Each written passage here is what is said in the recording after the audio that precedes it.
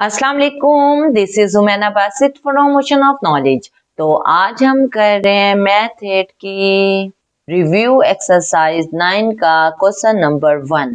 Okay है, 4 options are given against each statement.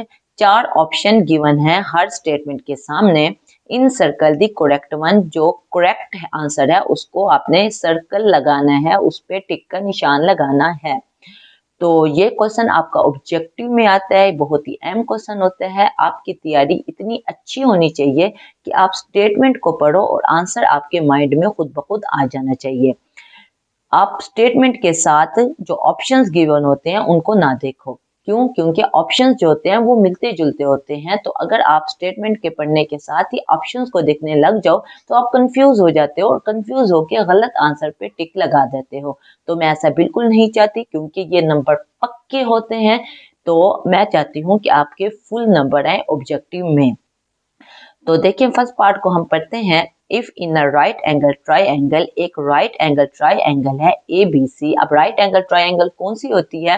Right angle triangle जिसमें 90 का angle बन रहा हो वो हमारी राइट एंगल ट्राइंगल होती है। तो देखिए, मैं आपको करके भी दिखा देती हूँ ताकि आपका कॉन्सेप्ट बिल्कुल क्लियर हो जाए।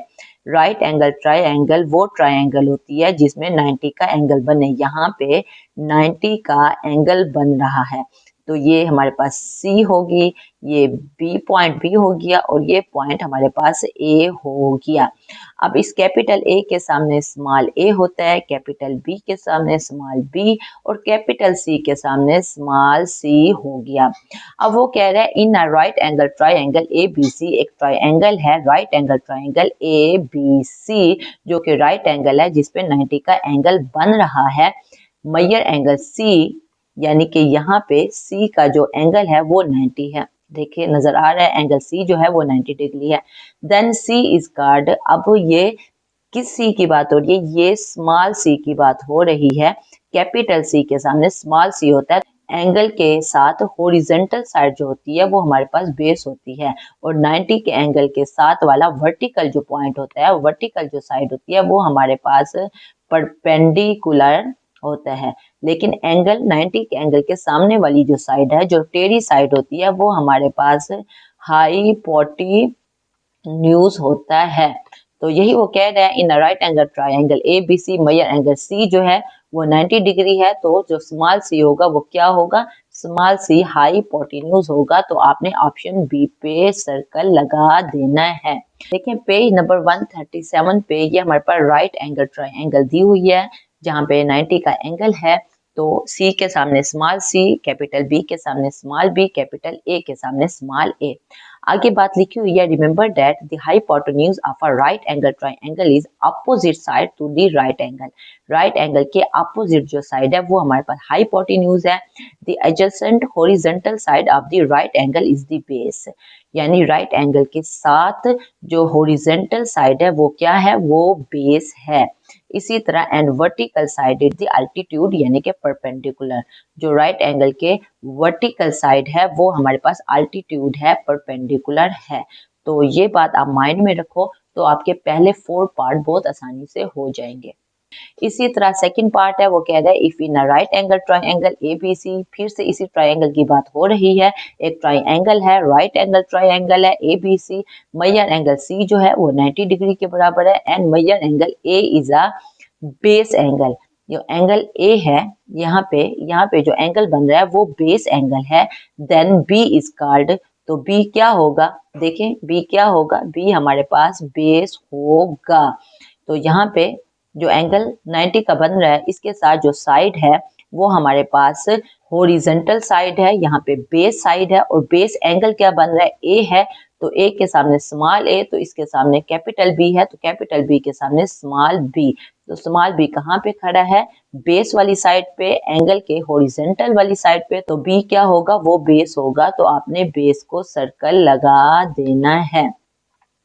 इसी तरह थर्ड पार्ट है वो भी इसी बारे में। If in right angle triangle A B C, measure angle C जो है वो 90 डिग्री है and angle A is a base angle. Angle A जो है वो बेस एंगल है।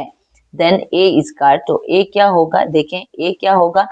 कैपिटल ए के सामने स्मॉल है, तो ये कौन सी साइड है, ये परपेंडिकुलर साइड है, तो आप परपेंडिकुलर पे सर्कल लगा दोगे। इसी तरह 4 पार्ट को देखें, वो कह रहा है in right angle triangle the side opposite the to the right angle.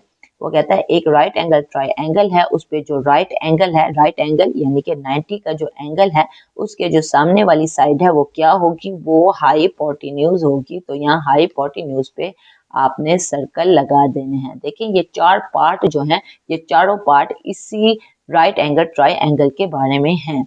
आगे वो कह रहा है 5th पार्ट में the area of the right angle triangle whose base is 3 centimeter and height is 6 centimeter। तो ये फार्मूला आपको पता होना चाहिए। जो एरिया का फार्मूला है ट्राइंगल का वो क्या है, 1/2 बेस मल्टीप्लाई बाय हाइट। तो बेस उसने दे दी है क्या, 3 सेंटीमीटर, 3 सेंटीमीटर मल्टीप्लाई बाय, और हाइट उसने दी है 6 सेंटीमीटर। तो 6 मल्टीप्लाई बाय 3 क्या हो जाएगा, 18, 18 डिवाइडेड बाय 2 हमारे पास क्या हो जाएगा, 9 हो जाएगा।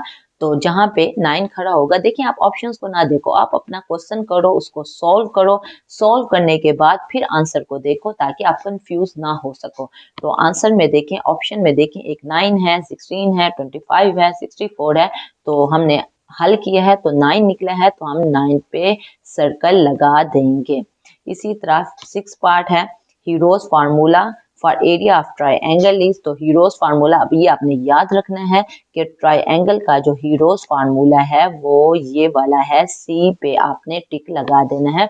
पीछे मैं आपको दिखा भी देती हूँ कि हीरो फार्मूला दिया हुआ है, पेज नंबर 141 पे ये हीरोज फार्मूला दिया हुआ है, जो कि है square root s into s minus A, s minus B और s माइनस सी। तो इस पे आपने टिक लगा देना है। तो कोई कंफ्यूजन हो, कोई मसला हो, कोई बात समझ ना आई हो, आप नीचे कमेंट में पूछना, मैं इंशाल्लाह कमेंट बॉक्स में उसका डेफिनेटली जवाब दे दूंगी। तो अपना ख्याल रखिएगा। ओके फिर।